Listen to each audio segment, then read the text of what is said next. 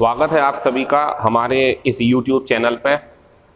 और हम आज अपनी इस प्रीपोजिशन क्लास नंबर 9 में जो कल पढ़ाया उसका रिवीजन करेंगे। और आज दो महत्वपूर्ण शब्द, एक जब किसी स्थान की तरफ गति हो तो उसके लिए हमेशा टू का यूज़ क्यों करते हैं, टू जो होता है प्रीपोजिशन टू। और हमारे कुछ शब्द ऐसे हैं जो अपनी तरफ अगर गति होती हुई देखते हैं तो वो टू का बहिष्कार करते हैं, उसे मना कर देते हैं कि हमें टू नहीं चाहिए। तो एक तो ये जिक्र रहेगा कम से कम 10-15 मिनट। और एक दूसरी वर्ब है हमारी डाई, इसका मतलब होता है मरना। अब मरने का तरीका क्या है, कोई व्यक्ति बीमारी से मरा है, या कोई व्यक्ति ज़्यादा खाने से मर गया, या कोई व्यक्ति किसी और कारण से मर गया, या किसके साथ मरा है, कहाँ मरा है, इन सब के लिए कुछ एप्रोप्रिएट प्रीपोजिशन का यूज आज आपको सिखाया जाएगा। तो let's start the class without wasting your time. तो क्वेश्चन नंबर पहला ये है हमारा, blank late arrival he could not catch the train, वो ट्रेन को पकड़ ना सका। अब यहां है हमारा लेट एडजेक्टिव, और बच्चों ये नाउन है इतना, ये कोमा के बाद एक पूरा क्लोज ये अलग है। लेकिन ये बताओ क्या ये क्लोज है या एडजेक्टिव और नाउन के लिए बस जोड़े हैं दो शब्द के हमारे। यानी कि इसके बाद जो है हमारा अगर क्लोज होता तो ये आता, लेकिन अभी आंसर हमारा ये है। और हिंदी बनेगी लेट अराइवल की वजह से, देरी से, मतलब देरी से पहुंचा है वो, इस वजह से वह ट्रेन को पकड़ ना सका, ट्रेन उससे छूट गई। ये ध्यान रखें, बड़ी बात यह है कि ये कोई क्लोज नहीं था। क्लोज होता अगर तो वजह बताने के लिए फिर क्या लगाते हैं हम, बिकॉज। अच्छा ये क्यों नहीं आए, क्योंकि इसका मतलब होता के बजाय, इंस्टीड ऑफ के बजाय, और इन स्पाइट ऑफ था के बावजूद। चूंकि मैंने इन दोनों कॉम्प्लेक्स प्रीपोजिशन का यूज आपको नहीं सिखाया तो मैं इसके बारे में ज्यादा चर्चा नहीं करूंगा। आने वाले टाइम में कॉम्प्लेक्स प्रीपोजिशन जब सिखाऊंगा तो ये भी आएंगी। फिलहाल आंसर हमारा ये है। तो जब भी आपको लगे किसी नाउन की वजह से, चाहे एडजेक्टिव भी साथ में हो, क्लोज ना हो, बस नाउन की वजह से अगर कुछ काम हो गया तो बिकॉज ऑफ लगाएंगे। क्वेश्चन नंबर दूसरा, he was blank the car. सबसे पहले तो मुझे ये बताओ क्या इसमें गति है, क्या इसमें गति है, आना जाना पहुंचना नहीं है ना। और बच्चों जब गति नहीं हो तो फिर उस वाहन को समझना, अगर उसके अंदर लगे आपको अंदर होंगे तो इन लगा देना, और उसके ऊपर बैठे हुए होंगे तो ऑन लगा देना। और आप जानते हो वह कार में था, ये लगा देंगे, गति नहीं है इसमें। तो he was in the car. फिर क्वेश्चन नंबर तीसरा, ही वेंट टू गोवा, गति आ गई इसमें, तो वह गोवा गया। कार, लेकिन कार से पहले पजेसिव केस हो या आर्टिकल हो तो इसके लिए हम क्या लगाते हैं, इन। तो वह अपनी कार में गोवा गया, या कार से गोवा गया ये भी बोल दो, लेकिन आंसर यही आएगा। फिर हमारा क्वेश्चन नंबर तीसरा है, ही गोज टू स्कूल, वह स्कूल जाता है, गति है। और मोटरसाइकिल है, आर्टिकल नहीं है, तो क्या आएगा आंसर, बाई। कल की क्लास में सिखा चुका हूं सब कुछ ये। तो वह स्कूल जाता है मोटरसाइकिल से। फिर क्वेश्चन नंबर 5वें के और 6ठे का आंसर इसी में से ले लेना, नीचे जगह नहीं थी। तो he goes to school, car है तो क्या लगाएंगे, बाई। अच्छा यहाँ पे कार के साथ क्या था, हिज, तो इन आया था। यहाँ कार के साथ कुछ नहीं है तो बाई आएगा। फिर आते हैं, he likes to travel by sea, वह समुद्र के रास्ते से जाना पसंद करता है, यात्रा करे। तो नोट करो इसे। ये अभी हमारे 6 एग्जाम्पल है, 4 एग्जाम्पल और देंगे आपको, क्योंकि 10 करने हैं हमें प्रैक्टिस के रूप में। तो ये हमारी क्लास जो है अभी पूरी नहीं हुई है, कल की ही बाकी है अभी। फिर आज की क्लास शुरू करेंगे, पहले इसे एंजॉय करो आप, ठीक। तो जो अभी तक सिखाया गया है आपको ट्रेवलिंग के बारे में, उसका आज क्वेश्चन नंबर 7 देख लो आप। कुछ और भी सिखाया था मैंने, वो भी देखना आप इसके अंदर। जैसे the got jumped, the got jumped, और ब्लैंक द वेल। और 8वें नंबर पे है, can you translate, can you translate Hindi और ब्लैंक उर्दू क्वेश्चन मार्क। फिर क्वेश्चन नंबर 9 है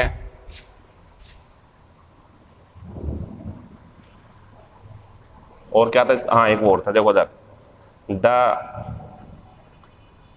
बर्गलर,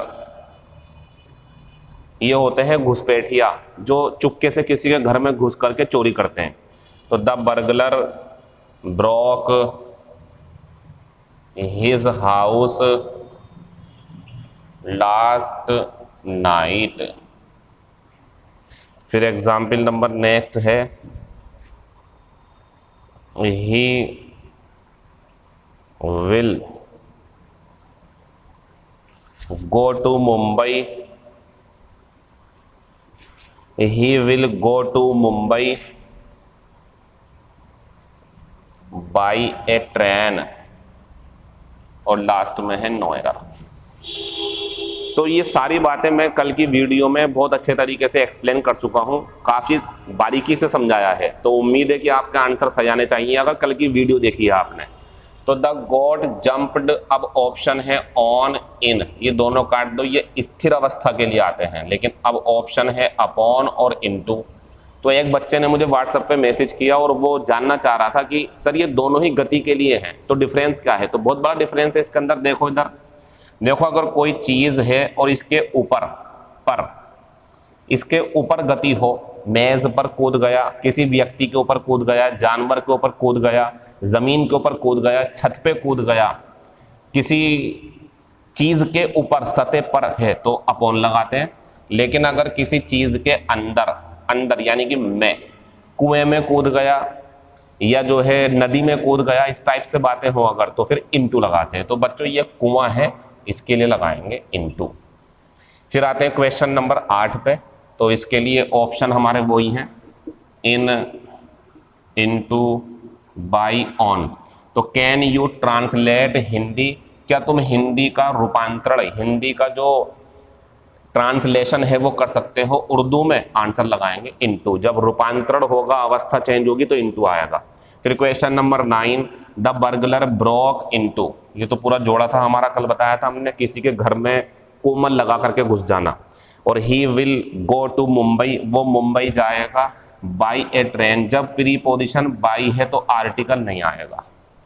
इस क्वेश्चन को दोबारा देखना भी सही हो गया, ये 1 नंबर मिल गया आपको।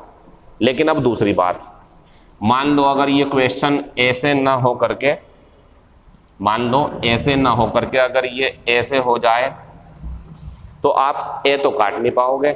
ऐसे है अगर, वो एरर में था तो ए काट दिया, लेकिन ऐसा है तो ए नहीं काट पाएंगे हम। अब हमारे पास ऑप्शन के रूप में है बाई, इन, ऑन, या जो है हमारे पास ऑप्शन में है एट।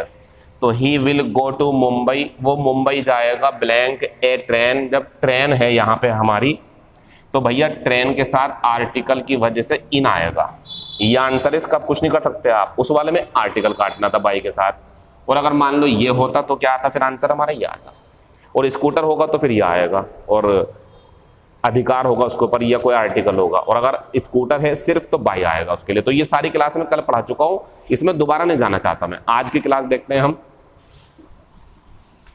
तो देखो बच्चों, अभी तक हम अपनी प्रीपोजिशन के क्लासेस को बड़ी अच्छे तरीके से लेकर के चल रहे हैं, और आगे भी कुछ इतनी ही और इससे भी ज्यादा महत्वपूर्ण क्लासेस ऐसे ही और इससे भी बेहतर तरीके से आप तक पहुंचाएंगे। बस आप वीडियो को शेयर, लाइक, कमेंट करना ना भूलें, ताकि हमें ये लगे कि आप वाकई में ये क्लासेस चाहते हो आगे तक के लिए। ये ड्यूटी है आपकी, जैसे मैं अपनी ड्यूटी फॉलो कर रहा हूँ, अपनी ड्यूटी को सही तरीके से परफॉर्मेंस दे रहा हूँ अपनी ड्यूटी के लिए, ऐसे आप भी करो। तो आज का जो हमारा रूल है वो कोई स्थान से रिलेटेड प्रीपोजिशन नहीं है, टाइम से रिलेटेड कोई प्रीपोजिशन नहीं है, कोई खास प्रीपोजिशन नहीं है, बल्कि एक शब्द है जिसके साथ प्रीपोजिशन लगाने के लिए अक्सर एग्जाम पेपर में पूछी जाती है। और चूंकि ये हमारी क्लास प्रीपोजिशन की है तो हम अपने हिसाब से इसमें प्रीपोजिशन से संबंधित सारी बातें कर सकते हैं। देखें इधर, डाई देखो आप, ये होता मरना। तो बच्चों, जब कोई व्यक्ति मर जाए या मरने वाला हो या मर गया, तो उसका तरीका क्या था? वो कोरोना से मरा, वो कैंसर से मरा, बुखार से मरा, युद्ध में मरा, ज़्यादा खाना खा लिया था उससे मरा, फूड पॉइजनिंग से मरा, चोट लग गई थी उससे मर गया। तो किस चीज़ से मरा है? What is the cause of his death, उसकी मौत का कारण क्या है, ये हमें देखना है और प्रीपोजिशन लगानी। जैसे बच्चों अगर हमें लगता है, और भी आएंगे भी देख लो, अगर हमें लगे डाई हो या सेकंड फॉर्म डाइड हो, कोई सी भी फॉर्म हो इसकी, और हमें लगे कि बीमारी है, यानी कि जो व्यक्ति मरा है वो किसी बीमारी से मरा, जैसे मलेरिया या फीवर या कैंसर या एड्स, कोरोना, अब तो ये भी एक बीमारी के नाम में जुड़ गया, और भी बहुत सारी बीमारी हैं जो आपको पता होंगी और मैं बोर्ड पे नहीं लिख पा रहा, मीजल्स है, मम्स हैं, बहुत सारी बीमारियां हैं। तो बच्चों अगर आपको लगे कोई व्यक्ति बीमारी से मरा है तो प्रीपोजिशन क्या आएगी? ऑफ। और अगर कोई व्यक्ति जो है हमारा, एक मिनट, हाँ, अगर कोई व्यक्ति थर्स्ट, प्यास से मर जाए, या स्टारवेशन, भूख से मर जाए, या अगर कोई व्यक्ति हंगर, ये भी भूख होती, दोनों में फर्क है, कभी टाइम मिलेगा तो बता देंगे आपको, ठीक है। इसे रोकेंगे अब यहाँ से क्योंकि ये लंबी जा रही है ना ऑफ वाली, तो नीचे कर लेंगे बाकी। तो प्यास से मरे, भूख से मरे, भूख से मरे, या शैम, शर्म से मरे। तो जब आपको लगे इन तरीकों से कोई व्यक्ति मर रहा है तो इन सब के लिए भी क्या आएगा हमारा? ऑफ। तो बच्चों बीमारी से मरे तो ऑफ आएगा, भूख प्यास से मरे तो ऑफ आएगा, शर्म से मरेगा तब भी ऑफ आएगा। फिर इसके बाद में यह है, अगर वाउंड, वाउंड होता है बच्चों घाव, अगर कोई घाव से मरे, ओवर ईटिंग, बहुत ज़्यादा खाना खाने से मर जाए, ओवर ड्रिंकिंग से मर जाए, ओवर ड्रिंकिंग, या उसके बाद में ओवर ड्रिंकिंग के बाद ओवर वर्क हो, ओवर वर्क से मर जाए, ओवर लोड था उसके ऊपर उससे मर जाए। तो बच्चों घाव से मरना, ओवर ईटिंग से मरना, ओवर ड्रिंकिंग से मरना, ओवर वर्क से मरना, फूड पॉइजनिंग से मरना, अगर इन तरीकों से मर जाए तो ये बीमारी नहीं बल्कि कुछ और वजह है। इन सब के लिए क्या आएगा हमारा? फ्रॉम। नोट करते रहो इस सबको। तो ये जो है हमारी ये जो है ये, इनके लिए क्या आएगा? ऑफ, और इनके लिए क्या आएगा हमारा? फ्रॉम। नोट करो प्रीपोजिशन जल्दी से ये वाली। फिर इसके नीचे आगे बढ़ते हैं तो आता है, अगर कोई व्यक्ति स्थान, स्थान का मतलब जैसे कि युद्ध में, बैटल, या वार में, इन द बैटल, इन वार, या जो है एक्सीडेंट में, एक्सीडेंट में भी मरते हैं ना, या हॉस्पिटल में। यानी कि जब आपको लगे कोई व्यक्ति किसी जगह पर, जैसे युद्ध में, एक्सीडेंट में, हॉस्पिटल में, दिल्ली में, मुंबई में, अपने गांव में, कहीं शहर में, ऐसे करके, तो इसके लिए तो सिंपल बात है, इन आएगा इसके लिए, इन। फिर कभी कभी ऐसा भी तो होता कि एक गरीब किसान अपने बच्चों के साथ मर गया, अपनी बीवी के साथ मर गया, प्रेमी प्रेमिका के साथ मर गया। तो ध्यान रखें, जब एक व्यक्ति किसी दूसरे के साथ, मीनिंग समझ लेना आप वहाँ पे, तो आप जानते हैं दूसरे के साथ मरेगा तो क्या लगाएंगे इसके लिए? Preposition with. और सबसे ज़्यादा जो पूछी जाती है ना वो ये होती है, बस ये तो बहुत मुश्किल से आती है, लेकिन ये बहुत पूछते हैं, ध्यान रखना इसका। तो डाई के साथ में ऑफ भी आती है, डाई के साथ में फ्रॉम भी आती है, और डाई के साथ इन भी आती है, विद भी आती है, फॉर भी आती है। लेकिन इसका ज़रूर ध्यान रखना आप, ये एक ईडियम है, डाई इन हार्नेस, और इसका मतलब होता है बच्चों कर्तव्य निभाते हुए, ड्यूटी निभाते हुए मर जाना।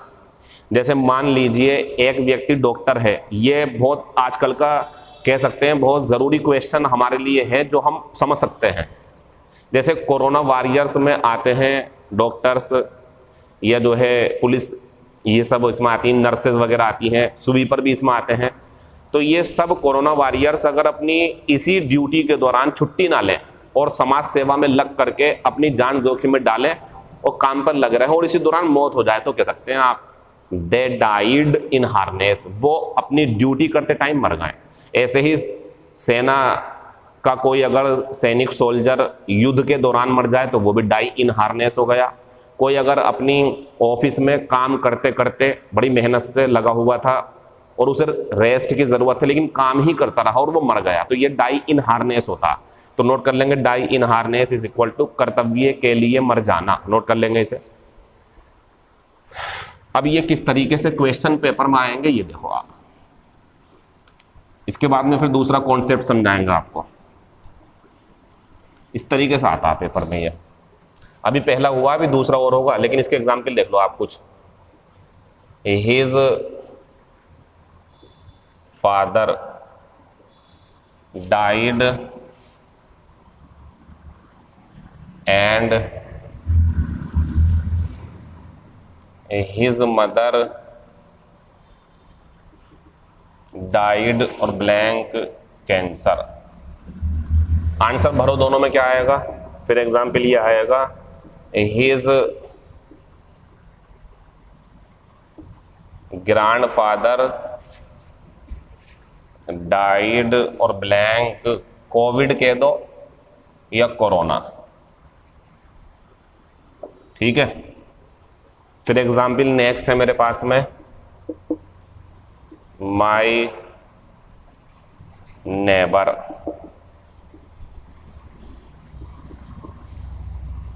डाइड और ब्लैंक हार्नेस। ठीक है। फिर एग्जाम्पल है, ही डाइड और ब्लैंक फूड पॉइजनिंग। फिर एग्जाम्पल है, the poor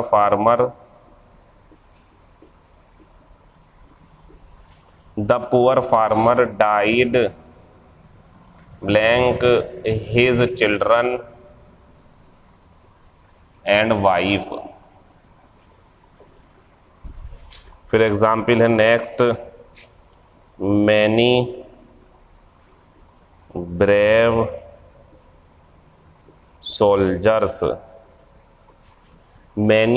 soldiers die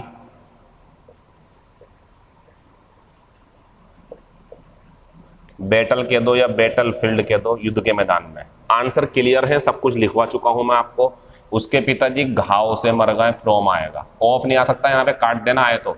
and his mother died of cancer, his grandmother died of Covid या corona, my neighbour died in harness, he died from food poisoning, the poor farmer died with his children, many brave soldiers die in the battlefield. Note कर लेंगे सब कुछ, इतना भी लिखा हुआ है। उसके दादाजी घाव से मर गए और माँ कैंसर से मर गई। उसके दादाजी जो थे, उसके दादाजी जो थे वो कोरोना से मर गए। मेरा पड़ोसी जो था वो अपनी ड्यूटी निभाते निभाते मर गया। ही डाइड फ्रॉम फूड पॉइजनिंग, जो वह है वो फूड पॉइजनिंग। अच्छा, फूड पॉइजनिंग क्या होती है? जब आपने कोई खाना खाया और आपको या किसी को भी ऐसा लगा कि वो खाना खाते ही उसकी हालत बिगड़ गई और इतनी ज़्यादा बिगड़ गई कि वो मरने की कगार पर पहुंचा और मर भी गया, सही नहीं हो पाया, ये होती फूड पॉइजनिंग। खाना जहर बन जाता है उस टाइम पर, कुछ कमी होती है उसके अंदर, या बहुत ज़्यादा खा लेने से या गलत तरीके से खा लेने से, या कुछ चीज़ की मात्रा ज़्यादा हो जाती है जो आपको परहेज़ करना चाहिए था, इस टाइप से होता है। और जो गरीब किसान था वो अपने बच्चों और पत्नी के साथ मर गया। बहुत सारे बहादुर सैनिक युद्ध के मैदान में शहीद हो जाते हैं, यही बोलना बेहतर है क्योंकि ये शहीद ही होते हैं। फिर इसके बाद में जो अब हमारी दूसरी चीज़ है वो करेंगे, लेकिन उसके पहले मुझे एक चीज़ और ध्यान आ गई, वो भी देख लो आप। क्योंकि मैं अपनी इस क्लास में प्रीपोजिशन को सजा रहा हूं, मैं आपको अपनी इस क्लास में प्रीपोजिशन की नॉलेज दे करके आपके क्वेश्चन जो प्रीपोजिशन पे पूछे जाएंगे उन्हें सोल्व करने के लिए आपको तैयार कर रहा हूं। उन्हें भी जो वीडियो नहीं देख रहा उन तक वीडियो पहुंचाओ आप, ये आपकी ड्यूटी है। ठीक है। बेवजह किसी को सब्सक्राइब करने के लिए मत कहना। कभी मैंने पहले ही बोला था, पता चला आपके परिवार में हैं 15-16 लोग, आप पढ़ रहे हो, दादा दादी सबके पास मोबाइल है, आपने लेकर के सब पे सब्सक्राइब कर दिया कि मैं खुश हो जाऊंगा। मैं ये नहीं चाहता, मेरी ये क्लास बहुत इंपॉर्टेंट है, ये वहां पहुंचा दो जिसको जरूरत है, बस ये कहना चाह रहा हूं आपसे, ठीक है। देखो बच्चों, अभी हमने पढ़ा डाई, लेकिन अब हम पढ़ेंगे किल। हालांकि मुझे पढ़ाना कुछ और था, लेकिन ये भी है और वो भी पढ़ाऊंगा, क्लास थोड़ी लंबी हो जाएगी, लेकिन कोई बात नहीं। तो मरने का तरीका क्या है वो देख लेंगे। अब किल पे आओ आप। देखो बच्चों, अगर किल के बारे में कहा जाए तो ध्यान रखना, जिस उपकरण से मारा जाएगा, जिस उपकरण से मारा जाएगा, डंडे से मारा जाए सांप को, बंदूक से मारा जाए, चाकू से मारा जाए, या किसी को और किसी तरीके से, बस हाथ में वो चीज है आपके, हाथ में डंडा था आपके या हाथ में कुछ और चीज थी, तो इसके लिए आप जब भी ऐसा फील करें कि यार उसके हाथ में चीज थी, उससे काम करा, तो क्या लगाएंगे उसके लिए हमेशा विद। तो किल विद उपकरण होता। अब दूसरी चीज ये है, अगर किसी व्यक्ति, लेकिन एक बात का ध्यान रखना, आपका मीनिंग निकले के द्वारा, और बच्चों ये वाला कब निकलेगा आपका, हमेशा पैसिव में, ठीक है। ये एक्टिव में भी होगा और पैसिव में भी होगा, इसकी टेंशन मत लो आप, लेकिन ये हमेशा किस में होना चाहिए, पैसिव में। तो क्या आएगा इसके लिए, बाई। ये मैंने क्या कहा बोर्ड पे, ये क्या कहना चाह रहा हूं मैं, एग्जाम्पल देखना जरा इसके। देखो, ही किल्ड, 3-4 एग्जाम्पल देखो। हिज ब्रदर, उसने अपने भाई को मार दिया। Example next, he was killed his neighbour. इसलिए तो बोलते हैं कि जब भी कोई चीज सीखो तो सब बातें पता होनी चाहिए आपको। एक और देखो, ही किल्ड द स्नेक। इसमें बहुत इंपॉर्टेंट चीज आ रही है, बोर्ड पर नजर रखो, 5 मिनट का खेल है, फिर ये बदल के कुछ और आएगा। ही किल्ड द स्नेक और ब्लैंक ए लाठी। शी वाज किल्ड और ब्लैंक ए गन। देखो, मुझे उम्मीद है कि इसमें नीचे के दोनों आंसर आपके लिए आसान हैं, क्योंकि देखो उसने, इधर देखो, उसने सांप को डंडे से, उसने सांप को डंडे से, लाठी से मारा, क्या आएगा, विद। तो जब आपको लगे कि उपकरण जो है हमारा उसके साथ काम किया गया है तो विद लगा देंगे इसके लिए। ऐसी ये है, शी वाज किल्ड, देखो है तो पैसिव वॉइस में ये, लेकिन ये जो चीज है ये व्यक्ति है या उपकरण है, तो उपकरण के लिए क्या आएगा, विद आएगा, चाहे एक्टिव में हो या पैसिव में हो, दोनों के लिए आंसर विद आ गया। अब एक परेशानी वाली बात यह है कि एक्टिव क्या होता, पैसिव क्या होता। तो बच्चों ये तो बड़ी अजीब सी क्लास हो जाएगी फिर हमारी, लेकिन फिर भी मैं आपको इशारा कर देता हूं कि पैसिव क्या होता। सुन लो जरा 2 मिनट बस। देखो, हेल्पिंग वर्ब तो इनमें से कोई हो, is am are, was were, will B, यही जो मैं बोल रहा हूं इनको ध्यान देना। विल नहीं कहा मैंने, will be, shall B, can be, could be, may be, must be. और अगर आप चाहते हो ज्यादा तो मैंने कहीं ना कहीं वो इसकी 2 क्लास डेमो इसी YouTube के चैनल पर डाल रखी, उन्हें देख लेना, बहुत सहायता मिलेगी आपको, बहुत ज्यादा। उससे आगे के फिर बच्चे वो पढ़ रहे हैं, उनकी 15 क्लासेस हो गई, 13 जने 14 जो पेड कर चुके हैं, तो वो पेड क्लास है हमारी, लेकिन 2 डेमो है उसकी, देख लेना। तो सुनो, is am are, was were, will be, shall be, has been, have been, और इसके बाद में थर्ड फॉर्म हो अगर तो पैसिव है, और अगर ऐसा माहौल नहीं है तो एक्टिव वॉइस है। देखो इधर, देखो ये सब्जेक्ट, इसमें कोई इज ए मार है, वाज वर है, विल बी, शैल बी कुछ नहीं था ना, ये एक्टिव वॉइस है।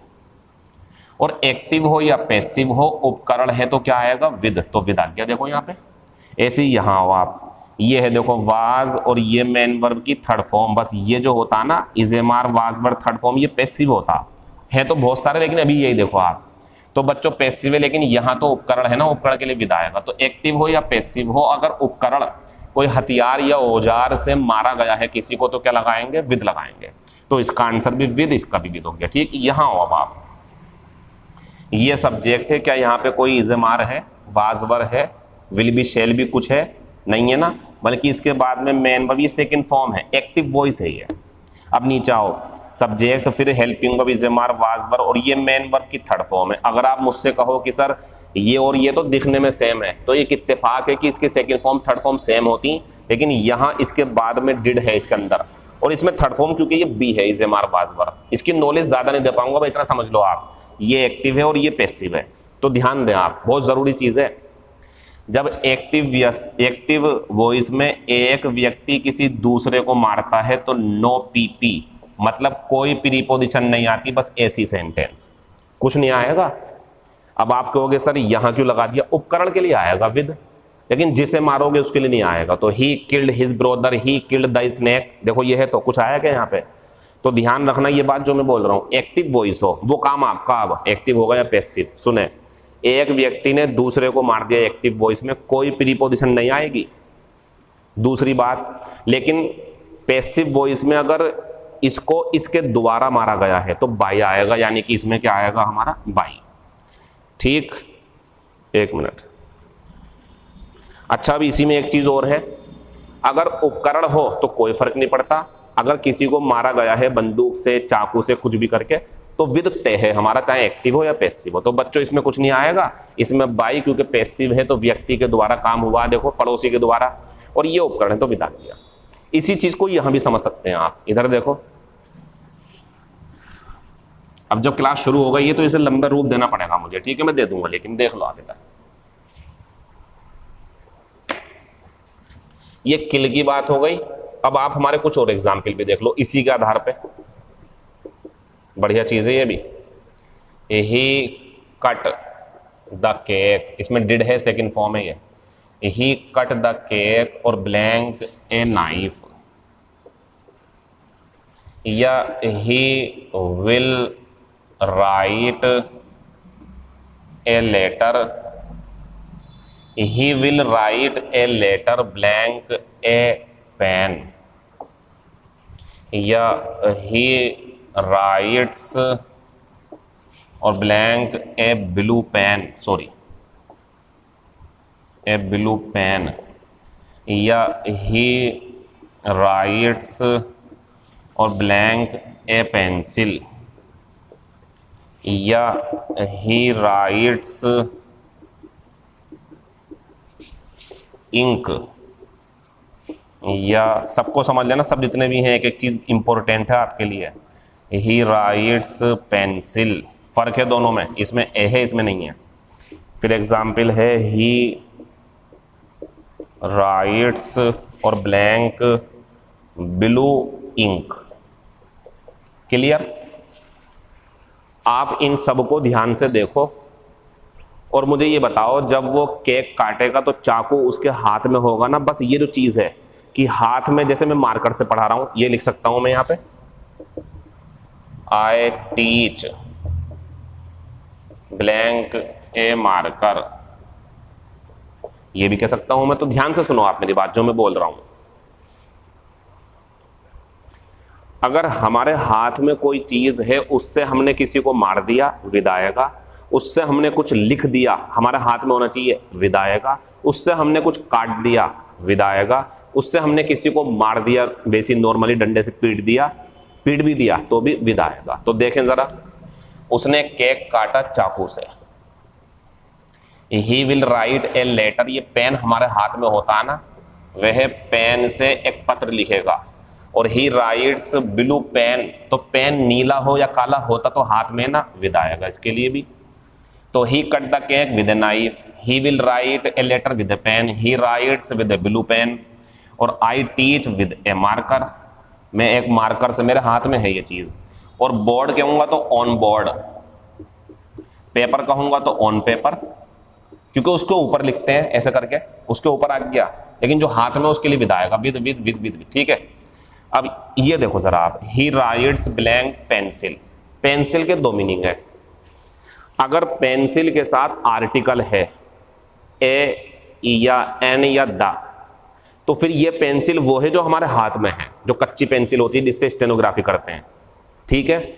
लेकिन अगर पेंसिल के साथ आर्टिकल नहीं हो तो फिर ये पेंसिल एक्चुअल में जो हमारे हाथ में पेंसिल है वो नहीं है, बल्कि ये जो उस पेपर पे उतरती है काली काली सी, जो ग्रेनाइट होती है, उसकी बात कर रहा है। तो ध्यान रखें, जो पेपर पे उतरेगी उसके लिए प्रीपोजिशन चेंज हो जाएगी, और जो हमारे हाथ में है उसके लिए विद आएगी। तो ए पेंसिल है तो विद, और ध्यान रखना पेंसिल है तो इन आएगा, नोट कर लेना इस चीज को। ए पेंसिल है तो विद, यहां पेंसिल का मतलब अभी है नहीं मेरे पास, वो तो पेंसिल हमारे हाथ में होती है, ठीक है ही नहीं मेरे पास, पेन पड़ा हुआ है। तो ध्यान से सुने जरा, अगर कोई पेंसिल है हमारे हाथ में, उससे लिख रहे हैं तो ए पेंसिल होगा तो विद लगाएंगे। लेकिन अगर पेंसिल से पहले आर्टिकल नहीं है तो अब पेंसिल क्या है सुनो, ये जो पेंसिल है हमारी, पेंसिल समझो आप इसे, ये पेंसिल जो है ए पेंसिल है तो विद आ गया, मेरे हाथ में है, मान लो पेंसिल ये। और अगर मैं पेंसिल कहूं तो ये जो निब है इसकी, जो ग्रेनाइट की होती, इसको जो उतारते हैं वो पेंसिल की बात कर रहा है ये, यानी कि जो पेपर पे उतर जाएगी वो पेंसिल है तो इन। अब इंक बताओ, इंक हमारे हाथ में होती या पेपर पे उतरती, इन आएगा।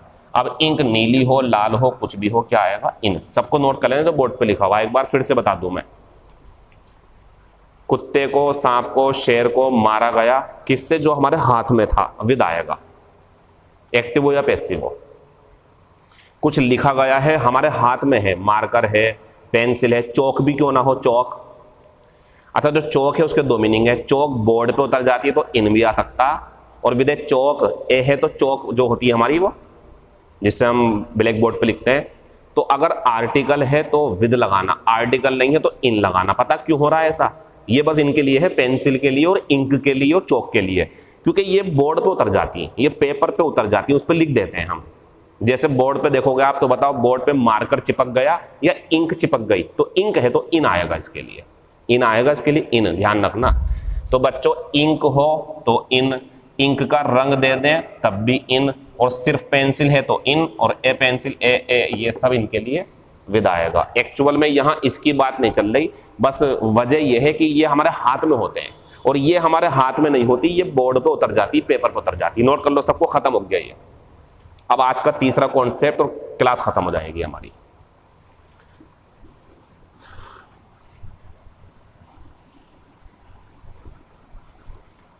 टेस्ट रहेगा, इसका ध्यान रखना, टेस्ट होना है, जब भी होगा देख लेंगे। फिलहाल आगे बढ़ते हैं अब हम तीसरा कॉन्सेप्ट। तो पहला हमारा वो हो गया डाई वाला, दूसरा यही विद वाला, कैसे यूज करते हैं विद को हम, और तीसरा ये है हमारा। देखो बच्चों, जब हम किसी चीज की तरफ गति करते हैं तो आपने अक्सर देखा होगा टू का यूज करते हैं। जैसे मैं बोल रहा हूं, I am going to school, I am going to church, I am going to temple, I am going to the market, I am going to the office, I am going to the cinema, I am going to Delhi, I am going to Mumbai, I am going to America. तो आपको मैं ये दिखा रहा हूं कि चाहे आप कभी देख लेना, 99% जब गति होगी किसी की तरफ को गो से, तो टू जरूर मिलता है या नहीं मिलता, सच बात है।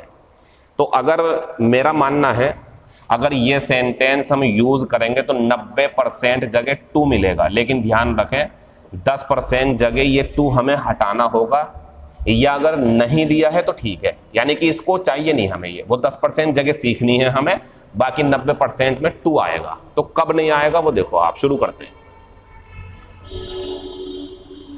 देखें भैया, गो,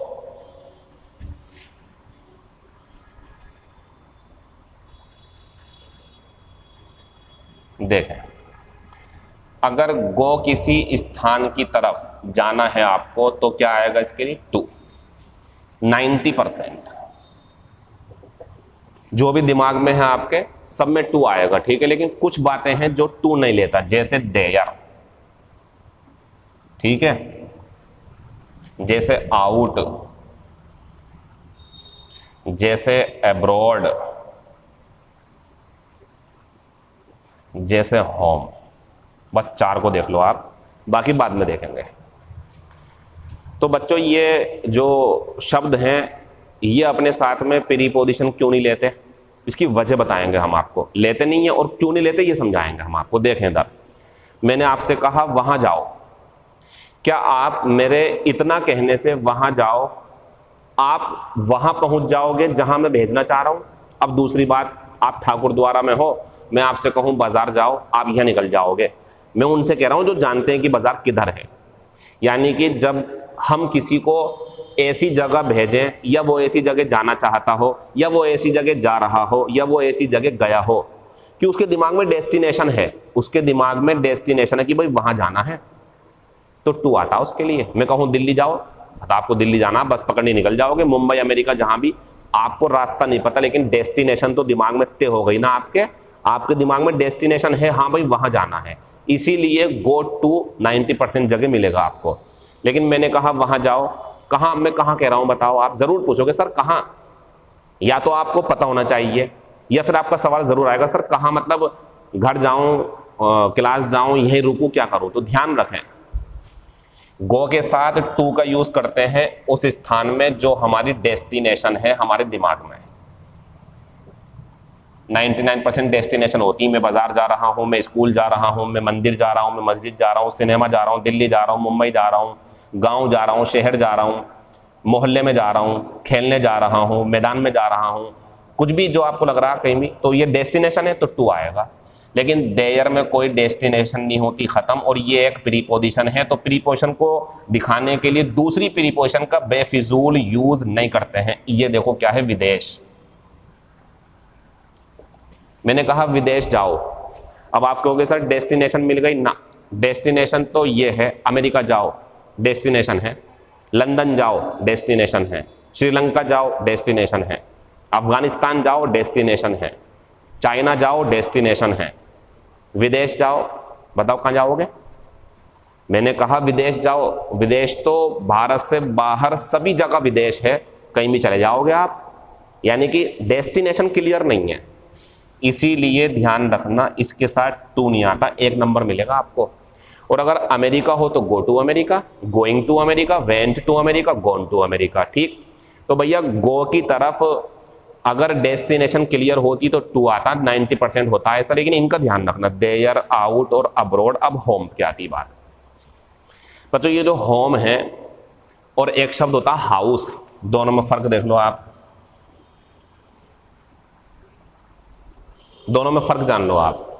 देखो होम जो होता है ना, हमारा वो घर जो हमारे जन्म से जुड़ा हुआ है, हमारे परिवार का घर है, हमारी पहचान है कि भाई वो घर है हमारा, जहाँ पे हमने जन्म लिया होता है, जहाँ पर हमारे बड़े बुजुर्गों ने समय गुजारा होता, मैंने भी, आपने भी समय गुजारा होता, वो हमारा होम होता। और जो हाउस होता, इसका बहुत बेहतरीन यूज़ है, प्रीपोजिशन के अलावा ये 2 शब्द भी सीख जाओगे आप। और हाउस वो जो हम किराए पे ले लेते हैं, या पहले हमारा हमारा जो घर था वो गाँव में था, अब हमने कहीं और बना लिया, तो वो हाउस है हमारा। यानी कि जो हमारा मूल जगह है रहने की पहले से, वो हमारा होम है। बाद में हम जितने भी बदलते रहते हैं वो हाउस होते हैं। अब आप मुझे बताओ, मैं बोल रहा हूं द गवर्नमेंट विल अलॉट, सरकार प्रदान करेगी ब्लैंक टू द पुअर, गरीबों को। तो गरीबों को जो प्रदान किया जाएगा घर होगा वो, लेकिन वो कौन सा घर होगा, जो उनका अपना है या दूसरों के द्वारा। हाउसेज आएगा, होम्स नहीं होगा यहाँ पर, हाउसेज। तो जब किराए पर कोई चीज लेते हैं आप या देते हो, या कोई आपको ऑफर करता है, तो वो हाउस होता है। जो आपका अपना है वो होम होता। वो एक अलग बात है कि किसी किसी का होम होता ही नहीं है, तभी तो बोलते हैं होम टाउन। होम टाउन मतलब जहां आपका रहन सहन हुआ हो, जहां पालन पोषण हुआ हो, जहां पैदा हुए थे। हाउस टाउन नहीं होता, इसलिए होम ग्राउंड होता। अब जैसे विराट कोहली बाहर जाएगा तो उसके लिए जो उसका होम ग्राउंड होगा वो भारत होगा। हालांकि वैसे तो दिल्ली के हैं, वो दिल्ली होगा। रोहित शर्मा मुंबई का आता, उसके लिए मुंबई का, यानी कि एक पहचान बन जाती है उसकी जो जगह होती है, तो वो होम कहलाती है उसकी। ठीक है, अब मैं बोर्ड पर वापस आ रहा हूं, तो ध्यान रखें बच्चों, होम और हाउस में दोनों में ये फर्क हो गया अब कि ये टेम्परेरी स्टे वाला कोई भी घर हो सकता है, चाहे परमानेंट भी हो, लेकिन जन्म वाला नहीं है, ये घर है। ठीक है, अब इसकी और इसकी एक डिफरेंस और समझो आप। ऐसा घर जहां लोग बड़ी खुशी से रहते हो, मिलजुल कर रहते हो, उनमें भी अगर कहना एक झगड़े वाला है, तो झगड़े वाला ये हो जाता, ये होम हो जाता। ये वैसी एक अंडरस्टैंडिंग है अपनी। मैं इन सब बातों को खत्म करके अब जो बता रहा हूं उसे सुनो आप। देखो बच्चों, इसमें डेस्टिनेशन की कोई बात नहीं है, इसमें डेस्टिनेशन नहीं चल पाएगी। ऊपर चल गई डेस्टिनेशन, एब्रॉड, वहां और आउट, लेकिन इसमें डेस्टिनेशन नहीं है। बस इसमें ग्रामर से सीख लो आप, क्योंकि इसमें कोई वजह नहीं है मेरे पास बताने को, ना मुझे कुछ पता इसके बारे में कि क्यों होता, लेकिन ग्रामर पूरी पता है मुझे। ग्रामर देखो आप, अगर गति होम की तरफ होती है तो टू नहीं आएगा। एक बात, गति अगर हाउस की तरफ होगी तो टू आएगा। अब हिज हाउस होगा तो भी टू आएगा, ठीक है ना, या माई हाउस होगा तो भी टू आएगा। अब यहां आओ, होम है तो टू नहीं आएगा, लेकिन अगर हिज होम है, हिज आ गया तो टू आएगा। प्रीपोजिशन रटी नहीं जाती है, प्रीपोजिशन सीखी जाती है। आपको शुरू से समझा रहा हूं कि जब एक मेज है तो मेज के ऊपर भी हो सकती है बिल्ली, मेज के अंदर भी हो सकती है, मेज के जो है इस तरीके से कूद करके उधर जाएगी तो ओवर भी आ सकता है, अक्रॉस भी आ सकता है, मेज के पीछे भी हो सकती है। यानी कि हम अपनी प्रीपोजिशन को रटेंगे नहीं कि एक ही निश्चित, कोई सी भी आ सकती है। जैसे ये हो रहा, होम है तो टू मत लगाना, अगर होम है तो टू मत लगाना, हिज होम है तो लगा दो, माई होम है तो लगा दो, और देखो अभी, और अगर ओल्ड होम है मान लो पुराना सा घर, तो भी क्या लगा देंगे, टू। तो बच्चों जब होम से पहले कोई एडजेक्टिव या आर्टिकल आएगा तो टू आ जाएगा, और अगर अकेला होगा होम तो नहीं आएगा टू। इसे नोट कर लो। अब एग्जाम्पल में मजा आएगा ज्यादा। एग्जाम्पल देखो,